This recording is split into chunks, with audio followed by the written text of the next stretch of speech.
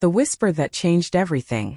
The moment his lips brushed against my ear and those words left his mouth, I knew my entire life was about to unravel. "You're better and hot than my ex," he whispered, his breath warm against my skin, and my hands froze mid-stroke on his shoulders. This was Ryan Mitchell, my best friend Karen's 25-year-old son, the boy I'd watched take his first steps, the boy I'd driven to soccer practice. And now he was lying shirtless on my massage table, in my home studio, saying words that could destroy the most important friendship I'd ever had. I pulled my hands away like I'd touched fire, my heart slamming so hard I was certain he could hear it. Let me be clear about something. I'm not the kind of woman things like this happen to. I'm Diane Ashford, 53 years old, divorced, quiet, and perfectly content spending my Friday nights with a glass of wine and a novel thicker than my forearm. I'm the woman people forget is in the room. The introvert who'd rather dissolve into wallpaper than be the center of attention. My silver-streaked hair and the fine lines around my eyes tell an honest story of a woman who stopped expecting surprises from life about a decade ago. So when I tell you that what happened over the course of 3 weeks turned my world completely inside out, I need you to understand that I fought it. God, I fought it with everything I had. But some stories refused to stay untold. And this one started with a phone call that seemed completely innocent. It was a Tuesday in late September when Karen called me. Her voice had that particular brightness she used when she was about to ask for a favor she knew was slightly unreasonable. "Dee, I need the biggest favor. Ryan threw out his back at the gym. He's being an absolute baby about it. He won't see a regular therapist because, and I quote, strangers touching me is weird, Mom. You're a licensed massage therapist. You're not a stranger. Would you please take him on? Just a few sessions until he's better."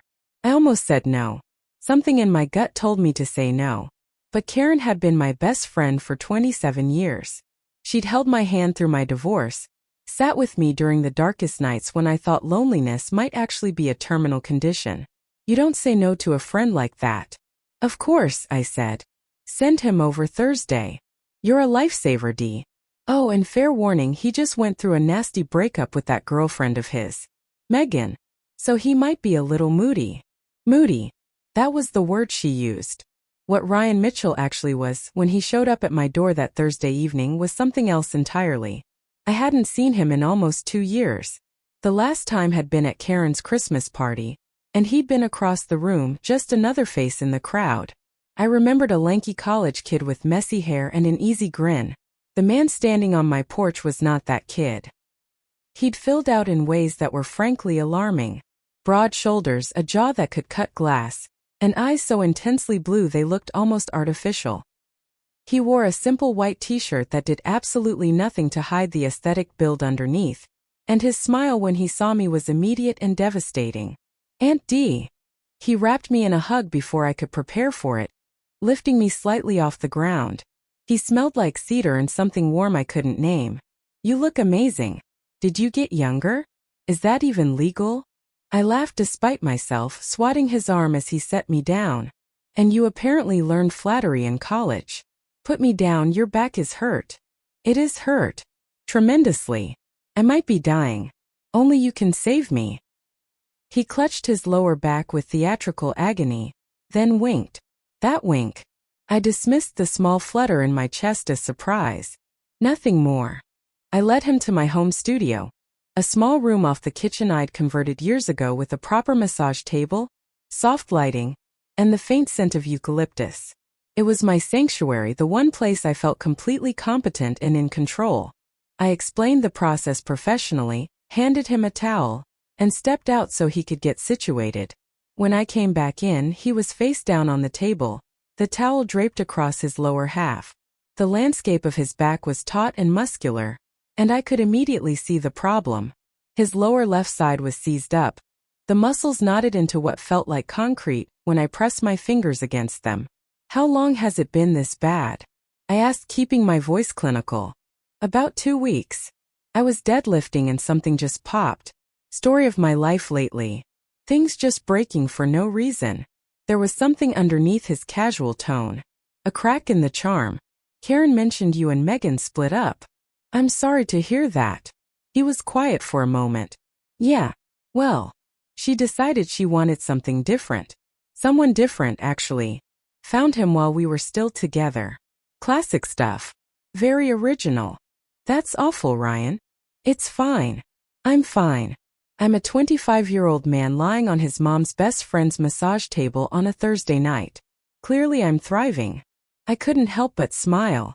His humor was sharp, self-deprecating but not pitiful.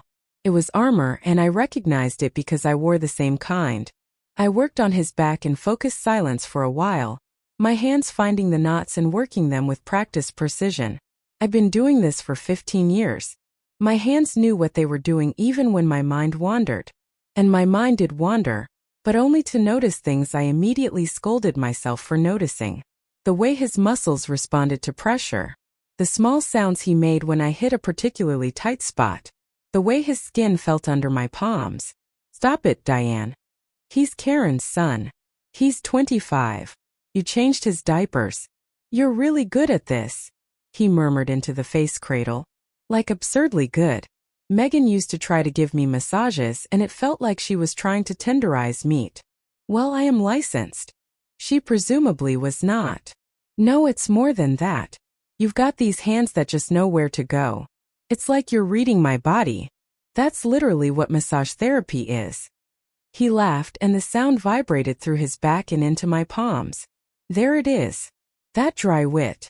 Mom always said you were the funniest person she knew, but nobody ever realized it, because you said everything with a straight face. I felt heat creep up my neck. Your mother exaggerates. My mother undersells, actually. She told me you were pretty handy with massage. This is not pretty handy. This is borderline religious experience territory. Please stop talking so I can focus. Yes, ma'am. But he was smiling. I could hear it. If you're feeling the tension building between these two, drop a like right now because what happens at the next session is something I never saw coming. The second session was 5 days later. He showed up with coffee for both of us, remembering somehow that I took mine black with 1 sugar. He was wearing a navy Henley that made his eyes look like blue fire. And he smelled like that same cedar warmth and I hated that I noticed. How's the back? I asked all business. Better. Significantly better. You might actually be magic, Aunt D. Please don't call me Aunt D while you're on the massage table.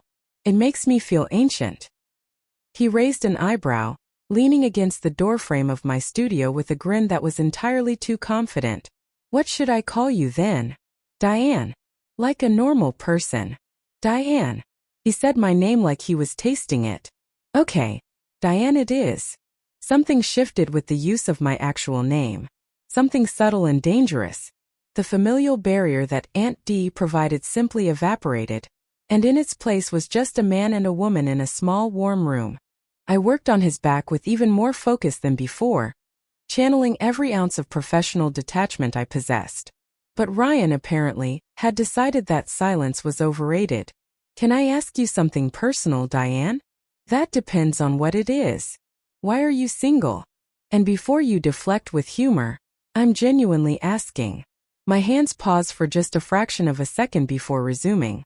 That's a complicated question. I've got an hour. You've got 45 minutes. Then talk fast. I sighed, working a particularly stubborn knot near his right shoulder blade. I got divorced 8 years ago. After that, I went on a few dates. They were universally terrible. I decided I preferred my own company. End of story. That's not the end of a story. That's a woman giving up on a story. His words landed like a gentle slap. Accurate and stinging. That's very philosophical for someone who can't touch his toes right now. Deflecting with humor. Called it. You're annoying. I've been told. Usually by women who secretly enjoy it. I dug my thumb into the knot harder than necessary. Ow. Okay. I'll stop. No, you won't. No, I won't. He laughed again and I found myself smiling at the ceiling where he couldn't see. He was quiet for almost 2 minutes, which I would later learn was a record for him. Then softly, I think you're afraid, Diane. I think someone made you believe you weren't worth choosing, and you decided to stop giving anyone the chance to prove otherwise. My hand stopped completely. The room felt very small and very warm, and my eyes were suddenly burning with a ferocity that caught me off guard. How dare this 25-year-old, with his perfect jaw and his easy charm, walk into my carefully constructed fortress and find the one brick that was loose? "Your 45 minutes are up," I said quietly. He sat up slowly, wrapping the towel around his waist. His eyes found mine, and there was no humor in them now, just a steady, earnest warmth that made my chest ache. "I'm sorry if I overstepped." "You did. I know. But I'm not sorry for what I said. Only if it hurt." I handed him his shirt without meeting his eyes. "Same time next week?" He took the shirt, his fingers brushing mine. The contact lasted perhaps half a second, but I felt it for hours afterward. "Same time next week," he confirmed. And then at the door he turned back. "For what it's worth, Diane, whoever made you think you weren't worth choosing was a complete idiot." He left, and I stood in my studio staring at the closed door, my heart doing something it hadn't done in years. Something terrifying. It was racing. Now here's where things took a turn I should have predicted but was too deep in denial to see coming. And I need you to understand that what I'm about to tell you, the thing that happened at the third session, is the moment everything either fell apart or fell into place depending on how you look at it. If this story is keeping you on the edge of your seat, subscribe and hit the bell so you don't miss what happens next, because the third session changed everything. The third session, the one that started it all, or ended it all. I'm still not entirely sure which. It was raining that evening, a heavy October downpour that turned the world gray and intimate. Ryan arrived soaked, his hair plastered to his forehead, his t-shirt clinging to his torso in a way that should have been illegal. He was laughing when I opened the door, rain dripping off his nose. "I look like a drowned golden retriever, don't I?" "The resemblance is striking." I handed him a towel from the hallway closet. "Dry off. I'll start the table warmer." He followed me to the studio, toweling his hair. "I brought you something." He pulled a slightly damp paperback from his jacket pocket. It was a first edition of The Age of Innocence by Edith Wharton, my favorite novel. The one I'd mentioned offhandedly to Karen at a dinner party months ago. "Ryan, this is a first edition. How did you even find this?" "I know a guy who knows a guy who knows a bookshop in Vermont." It was nothing. It was not nothing. It was the most thoughtful gift anyone had given me in years, and he was standing there in my hallway dripping wet, pretending it was casual. My chest tightened in a way that was becoming dangerously familiar. "Thank you," I said, and I meant it with my whole heart, which was exactly the problem. He got situated on the table, and I began working on his back. The rain hammered the windows, creating a cocoon of sound that made the room feel separated from the rest of the world. Like we existed outside of time and consequence. His back was significantly better. The major knots had released, and what remained was general tension, the kind that lives in the body of someone carrying emotional weight. I worked his shoulders, his neck, the long muscles running along his spine. He was quiet at first, breathing deeply, and I let myself fall into the rhythm of the work.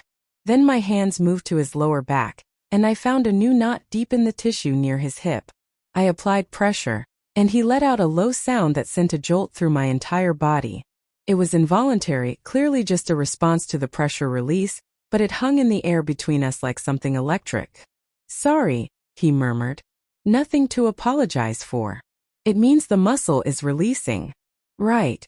Very clinical. Very professional. Totally not embarrassing at all." I smiled. "I've heard much worse, trust me." Now I'm curious and also horrified. "Good.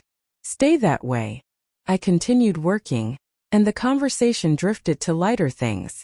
His job at a tech startup. My garden, which he inexplicably found fascinating. The terrible movie he'd watched last night. The book I was reading. We talked the way people talk when they're discovering they fit together in unexpected ways. When every shared opinion feels like a revelation, and every difference feels like an adventure. And then I moved to his upper shoulders again, leaning in to apply deeper pressure, and my hair fell forward. The long dark strands with their silver streak brushed against his bare back. He shivered. "Your hair," he said quietly. I quickly gathered it and pulled it back. "Sorry. Occupational hazard. Don't apologize." It felt nice. A pause. Then even quieter. You smell incredible, by the way. Like vanilla and something I can't identify.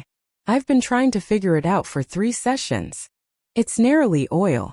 I use it in the diffuser. It's not the diffuser. It's you. My hands trembled slightly. I steadied them, pressed into the muscle. Breathe. And that's when it happened. I was working the final tension out of his shoulders, my hands moving with practiced certainty, when he turned his head slightly in the face cradle. I leaned in to adjust my angle, and he lifted up just enough to bring his mouth near my ear. You're better and hot than my ex, he whispered. The world stopped. Not figuratively. It actually genuinely stopped. The rain paused. The clock on the wall held its breath. My hands went rigid on his shoulders and I stood there paralyzed, caught between something that felt like falling and something that felt like flying. Ryan. My voice came out strangled. You can't say that to me. He sat up slowly, turning to face me. The towel stayed across his lap, but his torso was bare and close and real, and his eyes when they met mine were completely unguarded. No charm. No deflection. No witty armor. Just raw, vulnerable honesty from a man who was terrified of what he just admitted. I know I can't. I know all the reasons I shouldn't. You're my mom's best friend. You're older than me. I just got out of a relationship. Pick any reason. I've been through them all. Every single one. For 3 weeks I've been listing them, Diane, and none of them change the fact that when I'm with you, I feel more seen than I've ever felt with anyone. You don't know what you're saying. You're rebounding.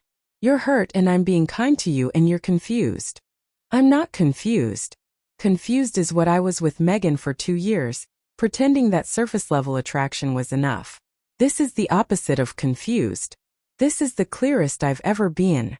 I stepped back, put distance between us. My back hit the wall of my small studio, and I pressed against it like it could absorb me. You need to leave. Diane. Now. Please. He looked at me for a long moment, and I saw something flicker across his face. Not anger. Not rejection. Understanding. He nodded slowly, pulled on his shirt, and walked to the door. He stopped with his hand on the frame. I'm going to go. Because you asked. But I need you to know that this isn't going away for me. And I don't think it's going away for you either. He left. The door clicked shut. The rain resumed its assault on the windows. I slid down the wall until I was sitting on the floor of my studio, my knees drawn to my chest, and I pressed my face into my hands. 'Cause he was right. God help me, he was right.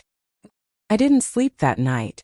I lay in bed staring at the ceiling, running through every interaction, every smile, every brush of fingertips, trying to find the exact moment I'd lost control of this situation. Was it the first session, when his laugh vibrated through my palms? The second, when he saw through my walls like they were made of glass? The book? The coffee? The way he said my name? It didn't matter when. What mattered was what I was going to do about it. The rational answer was nothing. Absolutely nothing. I was 53. He was 25. I was his mother's best friend. The power dynamics alone were a minefield. The age gap would invite judgment from every direction. Karen would be horrified. Maybe disgusted. Our friendship, the most important relationship in my life outside of my children, would be destroyed. And yet when I closed my eyes, I felt his breath on my ear. I heard his voice saying my name like it was something precious. I saw his unguarded eyes looking at me like I was the answer to a question he'd been asking his whole life. My phone buzzed at midnight. Ryan. I'm sorry if I ruined everything. But I'm not sorry for being honest. Good night, Diane. I stared at the message for 20 minutes. Then I typed and deleted 7 different responses. Finally, I turned off my phone and pressed it face down on the nightstand. In the morning, I called Karen. How's Ryan's back doing? She asked cheerfully. Better. Much better. I think he probably only needs 1 more session. My voice sounded normal. I was amazed by this. You're a miracle worker, Dee. He actually told me he looks forward to going. Said you're the easiest person to talk to. Coming from Ryan, that's really something. That boy could talk to a brick wall, but actually connecting with someone? That's rare for him. The guilt hit me like a physical blow. Karen, can I ask you something? Anything. I wanted to tell her. I wanted to confess everything, to lay it at her feet and let her wisdom sort through the wreckage. But the words that came out were, "What's the name of that restaurant you mentioned last week? The Italian place." Coward. I was a coward. 3 days passed. Hi. He shifted his weight. Look, can we talk? Not here, obviously. There's a coffee shop around the corner. 5 minutes. If you want me to disappear after that, I will. I don't think that's a good idea. 5 minutes, Diane. You owe me that. I just spent $70 on organic groceries I don't even know how to cook, because I've been wandering around this store for 40 minutes hoping I'd run into you. Despite everything, I almost laughed. You were stalking me at Whole Foods? I prefer strategically frequenting your known locations. It sounds less felonious. I looked at him, this ridiculous, beautiful, impossible man, and I felt my resolve crumble like wet sand. 5 minutes. We sat in a corner booth at the coffee shop. He wrapped both hands around his mug and looked at me with an intensity that made me want to look away. I didn't. I've been thinking a lot about what you said, he began. About me rebounding. About being confused.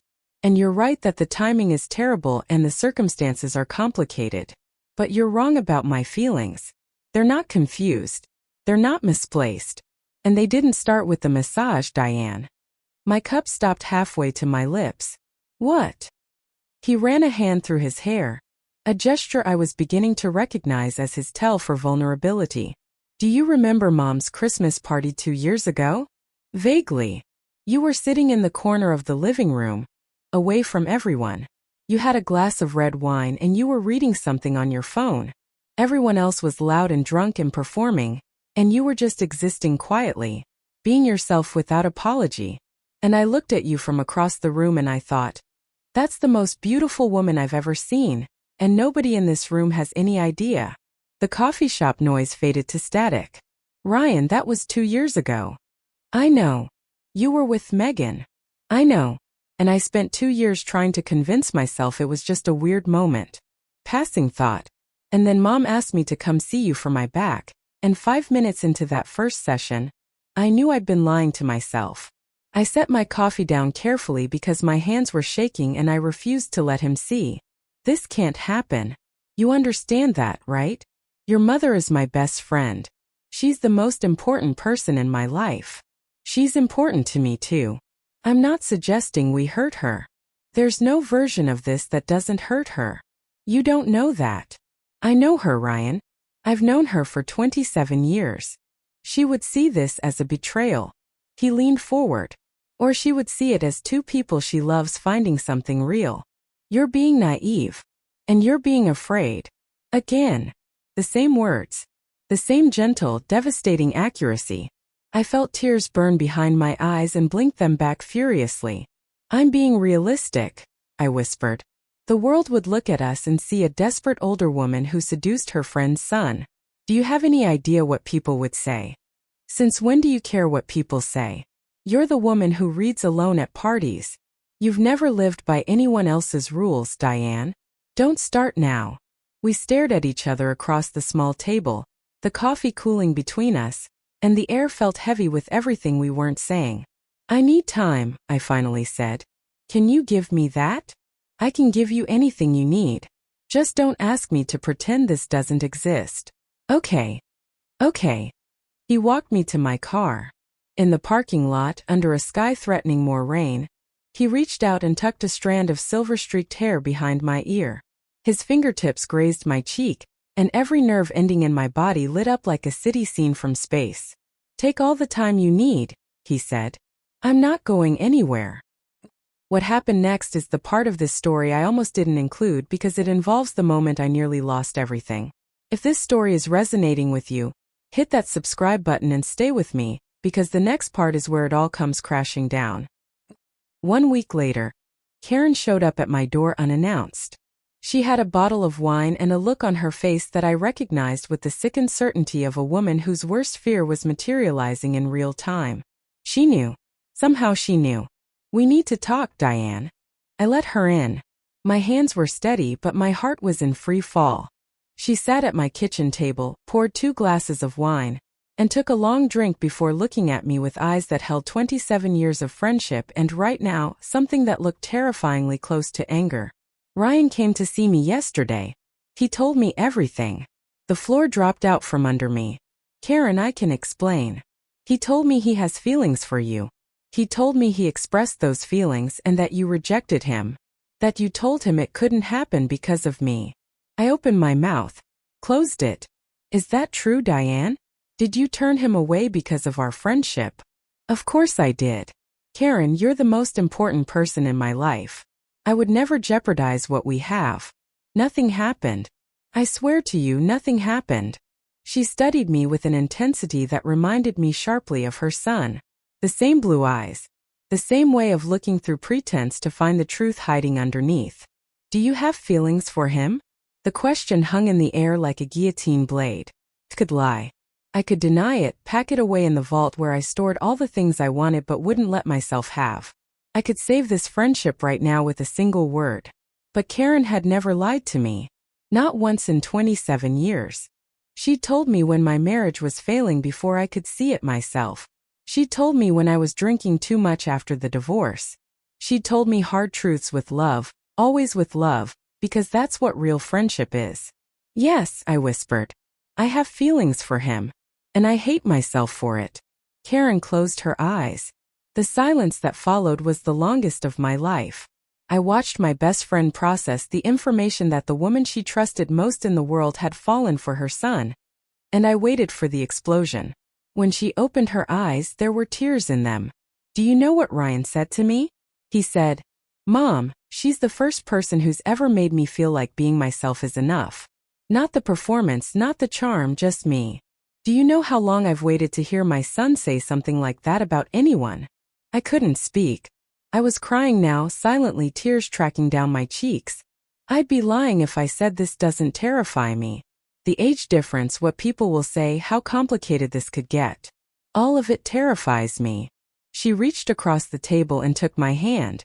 But Dee, you're the best person I know. And if my son is going to fall in love with someone who's going to see him, really see him, all of him, the bravado and the vulnerability and the good heart underneath all that charm, then I'd rather it be you than anyone else on this planet. I broke. Completely, utterly broke. 27 years of friendship. And this woman was still finding ways to show me grace I didn't know existed. I don't deserve you, I sobbed. Probably not. She squeezed my hand. But I'm keeping you anyway. Both of you. Now drink your wine and tell me everything. Because if my best friend and my son are going to attempt whatever this is, I want to know exactly what I'm dealing with. I called Ryan that night. Your mother came to see me. A long pause. I know. I told her. I had to, Diane. I couldn't lie to her. And I couldn't let you carry the guilt of a secret like that.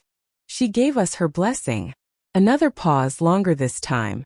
When he spoke, his voice was thick. She did. She did. So what does that mean? For us. I looked at myself in the hallway mirror. 53 years old. Silver-streaked hair. Lines around my eyes that mapped a lifetime of joy and loss and everything in between. And for the first time in years I saw what Ryan apparently saw. Not a woman past her prime. Not someone invisible. Just a woman standing at the edge of something terrifying and beautiful, trying to decide if she was brave enough to jump. It means come over. I owe you a massage. He laughed, and even through the phone, the sound moved through me like music. Be there in 20 minutes. He was there in 12. When I opened the door, we stood there looking at each other. The porch light caught the silver in my hair and the blue in his eyes and something electric and tender in the space between us. Hi, he said. Hi. So, about that massage. Get inside before I change my mind. He grinned, that devastating full-wattage grin, and stepped through the door. But instead of heading to the studio, he stopped in the hallway. He turned to face me, and very slowly, very deliberately, he reached out and cradled my face in both hands. I need you to hear something, he said. Not as a joke, not as a line, not as anything other than the truth. You are the most extraordinary woman I have ever met. Your mind, your kindness, your quiet strength, the way you see people, really see them. Age is just a number on a calendar. What I feel for you is not about a number. It's about you. I placed my hands over his. You know this won't be easy. When has anything worth having ever been easy? People will talk. Let them. I'll be 60 when you're 32. And you'll still be smarter and more beautiful than anyone I know. Probably more so because you'll have even more gray hair. And honestly, Diane, the silver streak is doing things to me that I cannot adequately express in polite conversation. I burst out laughing. Real, full, unguarded laughter that I felt in my bones. And he watched me laugh with an expression of such open adoration that it stole my breath. There she is, he murmured. There's the woman I fell for. He kissed me then. Softly at first, almost a question, his lips barely brushing mine. When I didn't pull away, when I leaned into him and let my hand slide to the back of his neck, he deepened the kiss with a tenderness that made my knees genuinely weak. It was the kind of kiss that rewrites your understanding of what a kiss can be. Not just desire, though that was certainly there, burning and undeniable, but connection, recognition, the feeling of someone finally coming home. When we pulled apart, breathless, foreheads touching, he whispered, "So about that massage. You're impossible. And you love it. God help me, I do." That was 6 months ago. I won't pretend it's been simple. Ryan's friends were confused at first. Some of mine were judgmental. There was a disastrous dinner with his father where the word inappropriate was used 17 times in 40 minutes. There have been moments of doubt, nights when the gap between our ages felt less like a number and more like a canyon. But here's what I've learned, what this beautiful, charismatic, impossibly kind young man has taught me. The walls we build to protect ourselves from pain also keep out everything else. Every sunrise, every belly laugh, every moment of genuine connection, every kiss that makes the world go quiet. Ryan didn't just give me love. He gave me permission to be visible again. To take up space. To believe that wanting something doesn't make you selfish, it makes you human. And Karen? Karen calls us her favorite disaster. She comes over for Sunday dinners and watches her son and her best friend bicker about whose turn it is to cook with an expression of bewildered affection that I will carry in my heart forever. Last Thursday, Ryan was lying on the massage table. Not because his back hurt, but because it had become our ritual, our quiet time together in that small warm room where everything began. I was working the tension from his shoulders, the tension he carries from a job he loves, and a world that doesn't always understand us. And he turned his head slightly. "Hey, Diane.